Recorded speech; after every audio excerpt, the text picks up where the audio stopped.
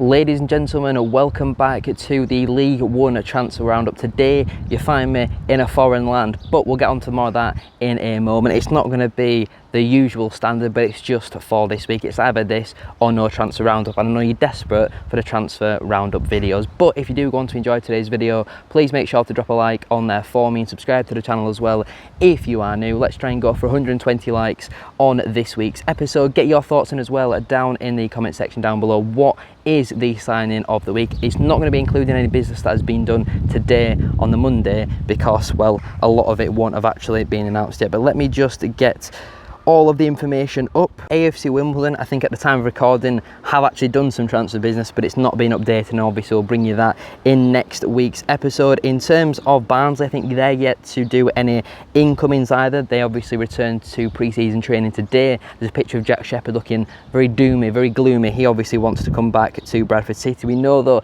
that forward Stephen Humphreys has turned down a new deal with Barnsley and signed for a fellow League One side, actually a team recently promoted from League Two. I think that says a lot about Barnsley. I think they're going to be in a little bit of trouble next season. If they sell Davis Keeler-Dunn, I could see them going down 100%, you know, because Keeler-Dunn is that good. Him staying could see Barnsley finish around mid-table. Him leaving, I think Barnsley have got a good chance of going down. That is how important he is. Stephen Humphreys, blue hot, blue cold, definitely played much better as a left winger than he did as a striker. Went, I think, 23 games without a goal, but also ended the season with scoring 5 in his last 5. He's at a good age, and obviously the League One club that he signed for are absolutely massive. Blackpool, they're yet to have any more incomings, and I don't think since we last spoke they've had any further departures. In terms of Bolton, they haven't done any permanent transfer business, but they have brought in the goalkeeper of Teddy Sharman-Lowe. He's coming on loan from Chelsea's under-21s, although he is now 22 years of age. I think he was okay with Doncaster last season. I certainly think Doncaster have improved in that position with the acquisition of Timothy Lotatala. Teddy Sharman-Lowe, for me, I'm not 100% sure he's ready for a club like Bolton. I think a lower end mid-table League One side would have been a little bit more his level, but I think a team who are going to be wanting to challenge for at least the top 6, if not the top 2 next season. I'm not 100% sure in that, in all honesty. I think sometimes he was a little bit nervous coming for crosses. Sometimes he definitely have a mistake in him in terms of saving shots. So I do think that is a little bit of a concern for me. Obviously, they had the major transfer news going out that Aaron Collins has made the step down into League Two to sign for MK Dons for an undisclosed fee, which I think is absolutely mental, if I'm being completely honest. I think they've recouped a similar sort of fee as what they paid Bristol Rovers around 18 months or so ago, but absolutely mental. You would only assume he's getting offered crazy wages in League Two, rumours of 15 plus grand a week in League Two. That is absolutely mind-blowing. He's a good player, was Bolton's top scorer last season, but them sort of figures are ludicrous. My team Bradford City, as you can see, we completed a double swoop on Friday. Firstly, left back Ibu Toure joined on a 2-year deal. I think that makes it now very unlikely Teo Adaramola will be returning to Bradford City. For me though, Ibu Toure is a smart signing. Played I think 43 league matches last season for a team who finished 3rd in the table. I'm quite happy with that business. You know, I know Stockport fans have said he's got his limitations going forward, all that sort of stuff, but defensively he's very solid, quite reliable.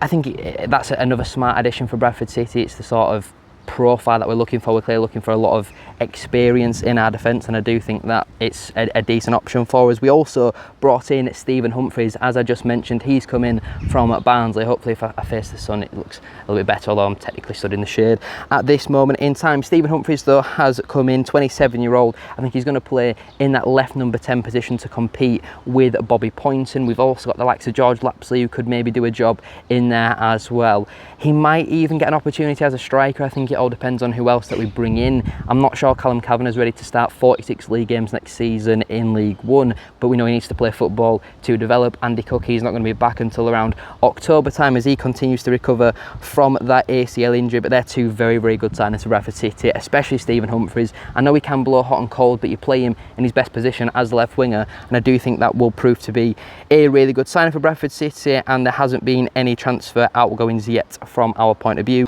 Burton Albion are yet yet to have any more incomings. They did a couple of early loan deals and made them permanent, but since then not really a lot has happened. I don't think they've had any major outgoings either. In terms of Cardiff, they're still yet to do any transfer business. Obviously they brought in, I think, is it Barry Murphy as their new manager, but apart from that, still no transfer business have been done. I think since the last time that we spoke, the only piece of business Doncaster have done is bringing forward Brandon Hanlon on a free transfer. For me, a downgrade on Rob Street. Obviously a lot more experience at the age of 28, but certainly doesn't have the quality that Street has. Never really been a goal scorer, and I can't remember off the top of my head if we have mentioned Timothy Lotatala, who obviously has returned from Hull City on loan for this season. If we haven't mentioned it, then I guess there you go with that information. In terms of outgoings, as we know, Joe Olowu has turned down a new deal with Doncaster and signed for a fellow League One side, and I've seen a few people calling that a sideways move. We'll get onto that later on in today's video. Make sure you like, comment and subscribe as well if you are enjoying. In terms of Exeter City, they brought in Luca Woodhouse, a 20-year-old centre-half from Wycombe Wanderers, on a free transfer. Not a player that I have heard of before, but as we know, Exeter, they're going to have one of the smallest budgets in this league going into next season. They pick up a lot of cheap free transfers, all that sort of stuff, so I guess only time will tell if that will prove to be a decent signing. I don't think they've had any further departures either. In terms of Huddersfield Town, they've made a couple of more additions as well. Murray Wallace has come in, a 32-year-old centre-half from Millwall, left-footed, I think has previously played for Huddersfield, and I think that will prove to be a smart, experienced type of signing. But obviously they have brought in a fair few centre-halves this window to go alongside Joe Lowe and Sean Rowan. Will they play a back three? Will they play a back four? Only obviously 2 or 3 of them can play at a time. And they also brought in Josh Feeney, another defender as well. He's coming on loan from Aston Villa, was with Shrewsbury Town I think last campaign, and did quite well there, so it'll be interesting to see if he does get much game time with Huddersfield. And I don't think we mentioned it in the last episode, but Sorba Thomas has signed for Championship side Stoke City for an undisclosed fee, rumoured to be around $1 million or 2. Good player, but clearly a bit of an attitude problem. In terms of Leyton Orient, they're yet to do any transfer business, whether incomings or outgoings, and that does concern me a little bit because they did need to do business after obviously the shortcomings of the League One playoff final against Charlton Athletic. Lincoln City, they've completed their first transfer of the window in the way of 33-year-old centre-half Sonny Bradley. Plenty of experience. He's come in following his departure from Derby County, like I mentioned, on a free transfer.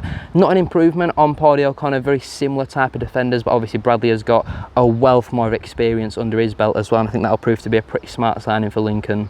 Speaking of PAUDIE O'Connor, we know that he obviously did turn down a new deal with Lincoln to sign it for a fellow League One side. Again, we'll get onto that later on in today's video. Luton Town, they're yet to do any further transfer business since the last time that we spoke, whether incomings or outgoings. In terms of Mansfield, I think they've done some business today, but obviously we'll mention that in next week's episode.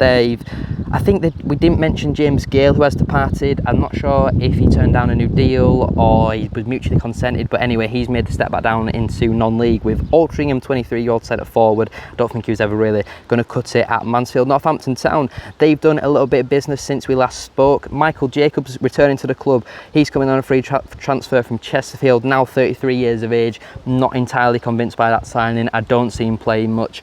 Bit of a Danny Hilton sort of vibe that I'm getting when they brought him in a couple of years ago. Dean Campbell, though, is a man I'm very jealous of. I'd have loved him at Bradford City. Very, very good holding midfielder at Barrow last season. 24 years of age. He's come in on a free transfer. I hadn't been massively impressed by the business from the Cobblers so far, but I think Dean Campbell is a really, really smart signing. And they also brought in Elliot List as well, a 28-year-old forward, can play either as a striker or as a right winger. I think he turned down a new deal with Stevenage and hoped for some more regular first team football, and I think he's definitely going to get that with Northampton Town. It's a question of, can you keep him injury free? In terms of departures out of Northampton, I don't think there's anything really too significant there, so we'll move on to Peterborough, who've not yet had any more incomings. In terms of outgoings, though, we know that Teo Eden has turned down a new deal with the club and signed for a fellow League One side. Again, we'll get onto that later on in today's video. In terms of Plymouth Argyle, they brought in Javier Ameche. He's a player that I sign a lot on Football Manager, I think. It's either Football Manager or Career Mode, I can't remember, but he's a decent young player. In terms of actual real life, I don't actually know anything about him, but 24 years of age, has been playing for 1.FC Magdeburg, so I don't know, maybe Madge from Benidorm in a burger, no idea. He's coming though on a free transfer. In terms of outgoings, as we know, Ryan Hardy joined Wrexham for around £750,000 following his relegation release clause thing being activated, and that is obviously a big blow for Plymouth. Works very hard, not the most clinical though of forwards, I must say.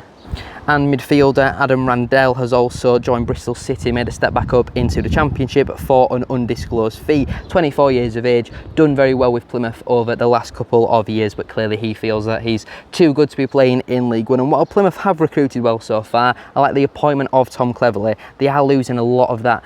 They're better players in that squad, which sometimes does happen with relegation, but you look at Hardy, Randell and Grimshaw all leaving, they're not going to be easy to replace, not only in the dressing room, but in terms of actually quality on the pitch as well. In terms of Port Vale, they've been fairly quiet since we last spoke, no incomings and no further outgoings as well. Reading, as we know, they brought in central defender PAUDIE O'Connor. He turned down the new deal with Lincoln City, and that's because he's been offered a 4-year deal by the Royals. I think I'm right in saying that PAUDIE O'Connor's agent is the brother of the Reading manager, so that's clearly where that link is. The first time that O'Connor has played down south. There were strong rumours of Huddersfield if he were to have played for Leeds, then Bradford, then Huddersfield. You got Lincoln in there as well, but obviously he did turn down Huddersfield to go to Reading. I think it's a smart signing. It's nice to see that Reading can, finally make some actually half decent additions, and I think a 4-year contract, lots of security there for PAUDIE O'Connor and his family. In terms of outgoings though, nothing going on at Reading at this moment in time. Rotherham United,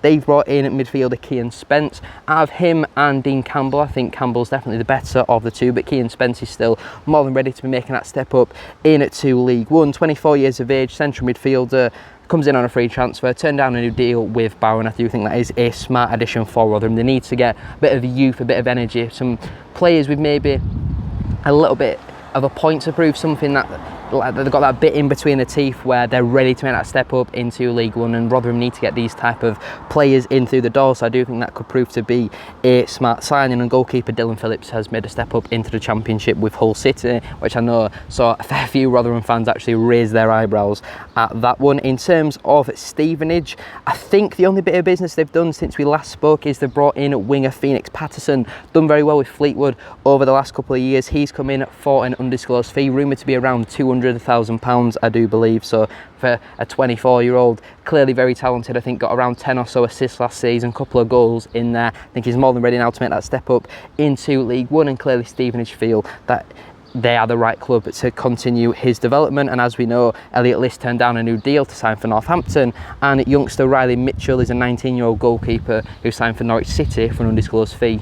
Stockport County have been fairly active over the last week. They brought in Joe Olowu from Doncaster Rovers. He turned down a new deal with Grant McCann's side. 25 years of age, centre half, and I do think the Doncaster fans calling it a sideways move are very bizarre, very similar to Wimbledon fans calling the move of Josh Nerfield to Bradford sideways. Clearly both clubs have got very different ambitions going into next season. Stockport are going to be wanting the top 6. Doncaster, I think, will be happy with a 14th place finish. But maybe it is just a case of a little bit of sour grapes from the Doncaster Rovers fans, and I think Olowu is a decent player. Is he as good as Fraser Horsfall? Not right now, but he's certainly got the potential to develop and become a little bit better as well. And they also brought in left-back Teo Eden. He turned down a new deal with Peterborough United, and he has gone there kind of as their Ibu Toure replacement. As we know, he turned down the new deal with Stockport to sign it for Bradford City, and I think that is all the transfer business from Stockport that hasn't previously been mentioned. In terms of Wigan, they brought in at centre forward Christian Sadie for an undisclosed fee. He's come in from Portsmouth, 23 years of age, can play as a striker, but I think his best business for Portsmouth really did come as a number 10 and massively struggled last season in the Championship. But I think as a mid-table League One attacking midfielder, I think Christian Sadie could certainly thrive at Wigan next campaign. In terms of Wycombe Wanderers, they brought in attacking midfielder Armando Quaterna. He's come in from Crawley Town, 25 years of age. They've paid an undisclosed fee for him. I think there's a lot of talent in Quaterna. Did okay at Crawley last season. I do think that would be a smart option for them. And in terms of outgoings, I don't think anything major really has happened. Hanlon joined Doncaster and Woodhouse joined Exeter, but that is it, and that does sum up this week's League One transfer business. Apologies, it's not of the usual standards, but as you can clearly see, I'm not in my office at this moment in time, so I can't really do it. But if you did still enjoy this rambling on for 15 minutes or so about all the League One business that has happened over the last week, please make sure to drop a like on there for me and subscribe to the channel as well if you are new. Can we try and hit 100? And I think we asked for 150 likes at the start of today's video. That would massively appreciate, and don't forget to get your thoughts in down in the comment section down below. What do you believe has been the best signing of the week? A lot of good transfer business has been done. I might be a little bit biased, but I'm going to give it to Bradford City for the signing of Stephen Humphreys. I really do like that addition. I think for value for money, what we're going to get out of him, how he's going to fit into that Graham Alexander style, I think that is a brilliant signing for the Bantams. Thank you all for watching though. Have a great rest of your day, and next week we'll be back to normal on this channel, so come back for that. I promise it gets a lot better than this.